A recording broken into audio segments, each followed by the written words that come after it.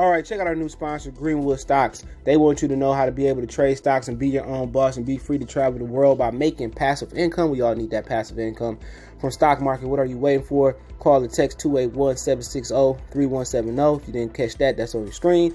Or check them out at social media, Greenwood Stocks, and catch them at Gmail, greenwoodstocktrading at Gmail, and the YouTube channel is Greenwood Stocks. Appreciate them for giving me the opportunity. Check them out. We out. All right, man, let's talk about James Harden, man, and the Brooklyn Nets. Last night, Harden didn't show up again, and the Brooklyn Nets made some excuses, including Steve Nash, about not having Kyrie and James Harden not being 100% fully healthy. Check out the NBA Talk playlist. Hit that subscribe button, bell icon button, share the video. I was watching the fight on one computer screen. The other computer screen, I was watching the game. Shout out to TNT for making it easy for you to log in over there, man.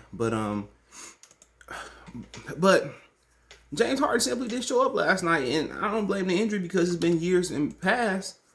It's been years in the past where it wasn't no injury, and he still didn't show up. All right, and Stephon Marbury went in on him on 9mag TV. I don't know where they got that video from, but he basically went in on him. If you watch the last play with Kevin Durant airballed, James Harden picked his dribble up at half court and gave Kevin Durant the ball and got out the way. You're not supposed to pick your dribble up, and once you pick your dribble up, you get a defensive opportunity, especially when you and Kevin Durant right next to each other, to hone in right there, and they did. And that split second, that mistake by James Harden, was the reason Kevin Durant got a bad shot. And also, Steve Nash, man, he should have called the timeout. I don't know if they had a timeout, but bad coaching, in my opinion, bad play by James Harden. Okay, but you look last night, James Harden was 5 for 17, 2 for 12 from 3. He made every free throw, 22 points, 9 assists, 9 rebounds. He had 4 turnovers, but the one of them threes was a luck three that he banked in. At that point, I thought the game was over with. All right, and you think about Steve Nash last night. He only got 13 minutes out his bench. Jeff Green was on fire. Why didn't Jeff Green play more, especially when Joe Harris is playing terrible? And there was some rumors going around that Nets fans was burning Joe Harris's jersey. And the difference was, Mike Budenholzer, he got 29 minutes out his bench. Even 23 was coming from McConnell, whatever his name, Pat McConnell. But at the same time, it was just to the point where James Harden didn't show up. Injury or no injury, Kevin Durant didn't have help. Blake Griffin, y'all been, can they get a bit of he played well, 7 for 12, 17 points, 11 rebounds, 3 assists. He did play well, but that wasn't enough. He should have got more shots than Harden. But, James Harden, once again, man, you can't blame him on the injury. James Harden just do not show up in big moments. He just don't. And that was a huge concern with him coming over. And I was like, you know what? Maybe once he come over to Brooklyn, he had more confidence playing with Kyrie and Kevin Durant, where you wouldn't have those playoff fears, and that wasn't the case. Simply what happened was Kyrie got injured, as I predicted, and James Harden didn't step up. If you was injured, you shouldn't have played. And that would have been a valid excuse for Brooklyn. Brooklyn still had 2 Hall of Famers out there, KD and James Harden. Even though James Harden ain't no playoff Hall of Famer, but they still had him out there. And they still didn't get the job done. And KD, he played well. But some of those shots KD was getting, the Bucks played good defense, but James Harden got to be able to step up. James Harden got to be able to hit those shots. Even if James Harden is subjected to being a decoy, a spot-up shooter, decoy, he got to hit those shots. And like I said before, they should have just kept the team they had intact. Had Spencer Dinwiddie got injured, I mean, I think, I'd rather have numbers than 3 superstars, because especially when you dealing with Kyrie, he gonna get injured. It's just a matter of time. Kevin Durant coming off a major injury, and you can't count on James Harden to win shit outside the first round. So like I said, it was Sean Marks, he went for the GM from the Brooklyn Nets. I'm not mad that he went for a championship and went out and got James Harden. And also, without that trade, Karis LeVert never would know he had a mass on his kidney or whatever it was. And even though it was what they call it, benign. But, James Harden, man, you can't count on him. And you thinking about it, maybe they should have just did a trade where they got Minnesota's #1 pick, They brought back Karl Anthony Towns. They brought him in. Hold on. Yeah, they brought him in, and maybe you got somebody else over there. You know what I'm saying? Maybe they could have, you know, tailored them, kept the number one pick and kept their pick and brought in Anthony Edwards. They needed numbers, you know, and that was the biggest issue. They should have traded the Karis LeVert, whatever they traded. They should have got numbers back. You know, they should have got multiple guys back. Even if you go into Cleveland and you looking at Darius Garland and Colin Sexton, some guys over there, get numbers back. You know, you need youth and you need numbers. You know, and I just think they went in for the superstar. Get numbers. That's the big thing. Numbers. You need to build around Kyrie and Kevin Durant. And numbers. Had you brought in Malik Beasley and Karl Anthony Towns, that would have been better than bringing in James Harden. Had you kept the team intact, that would have been better. You know, if you would have went to go get Damian Lillard, that would have been better because you know Damian Lillard can win you a game.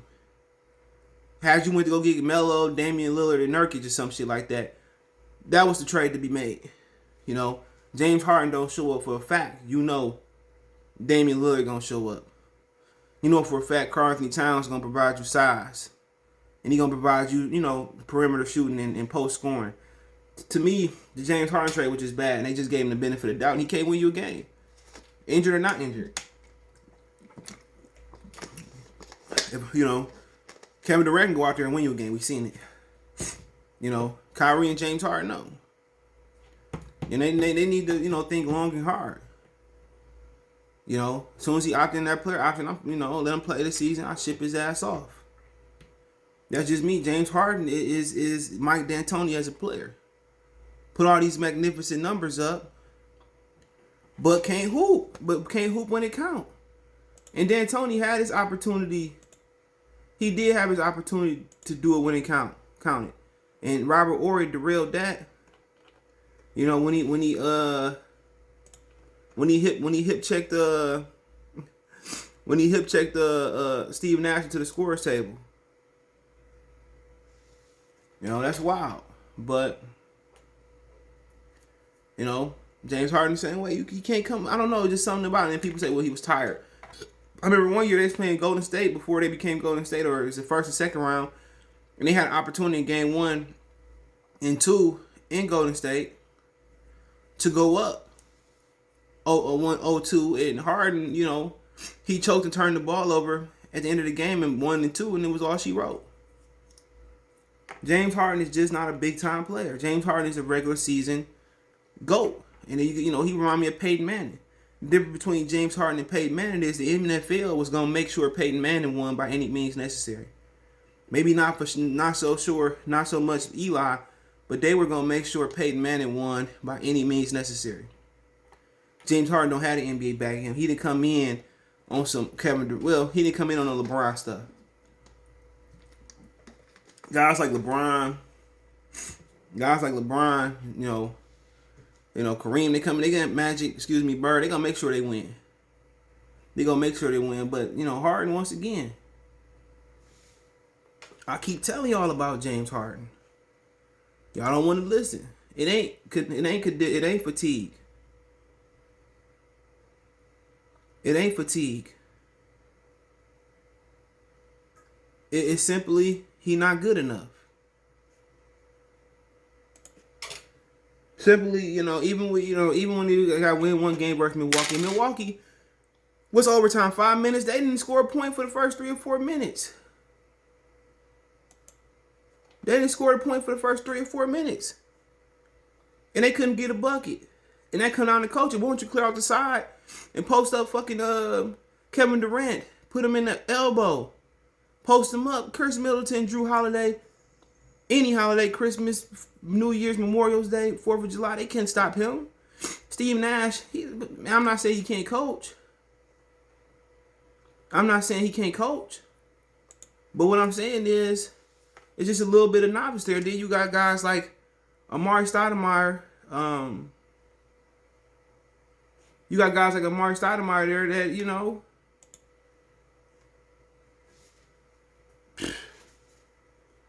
he don't know nothing. Mike D'Antoni don't know nothing. You know, and You know, James Harden was a bad he was a bad pickup, man. I won't say bad pickup, but they needed more girth. They needed more. How can I say it? They needed more. They needed more, complete players around Kevin Durant, Kyrie. And if you was gonna go out there, and you was gonna go out there for one person, it should have been Lillard. It should have been a guy like Lillard, LeBron, somebody like that. If you gonna go out there and get one person, Joel Embiid, somebody like that. James Harden has a track record not playing in the playoffs. He has a track record. You got Damian Lillard. Lillard can win you a game. Shit, he carried, Portland all year. But unfortunately, man, that was the 4-1-1. But yeah, Brooklyn made a lot of excuses. Steve Nash got up there and said, well, it's hard to overcome when James has a hamstring injury, when Kyrie is injured. He went up there and made ain't no fucking excuses.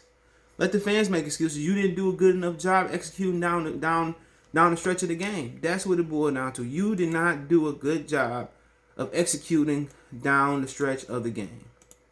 You lost this game by 4 points. You was up with 5-4, 3 minutes to go. You allowed Milwaukee to get back in the game. You did not execute. The last shot, James Harden picked his dribble up, gave it to KD, with seconds left, and didn't allow KD. Come on. Could have posted up KD. You supposed to be an offensive coach. Y'all went on a drought. Y'all scored one bucket early in halftime. Y'all scored 2 points in halftime. In overtime, excuse me. 2 points in overtime. And you got James Harden, Kevin Durant, man, and 2 points. You could have posted Kevin Durant up and just let him work out. They had no answer. They double him. You swing it, and Harden and Joe Harris and Blake Griffin got to make shots. Even if you would have put Blake Griffin and Kevin Durant in the pick and roll, the pick and pop situation. Blake Griffin shot the ball well last night. 7 for 5 and 3 for 6 from 3.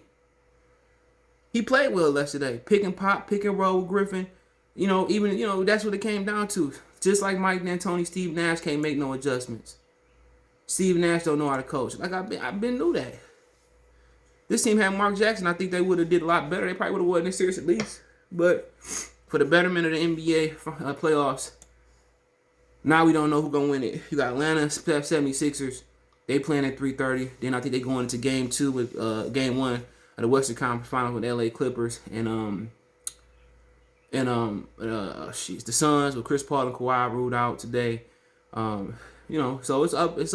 And I agree with Richard Jefferson. Milwaukee is gonna be the favorite from here on out. Milwaukee is gonna be the favorite.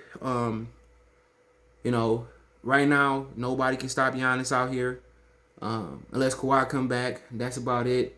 And we not sure he coming back. They said he got an ACL injury, but it's fun. This is the parity the NBA hadn't had in a long time. This is making up for all them years. It was Golden State and Cleveland and Miami every year. This is what people want to see. And, as fans, we got to tap in and we got to support this type of stuff.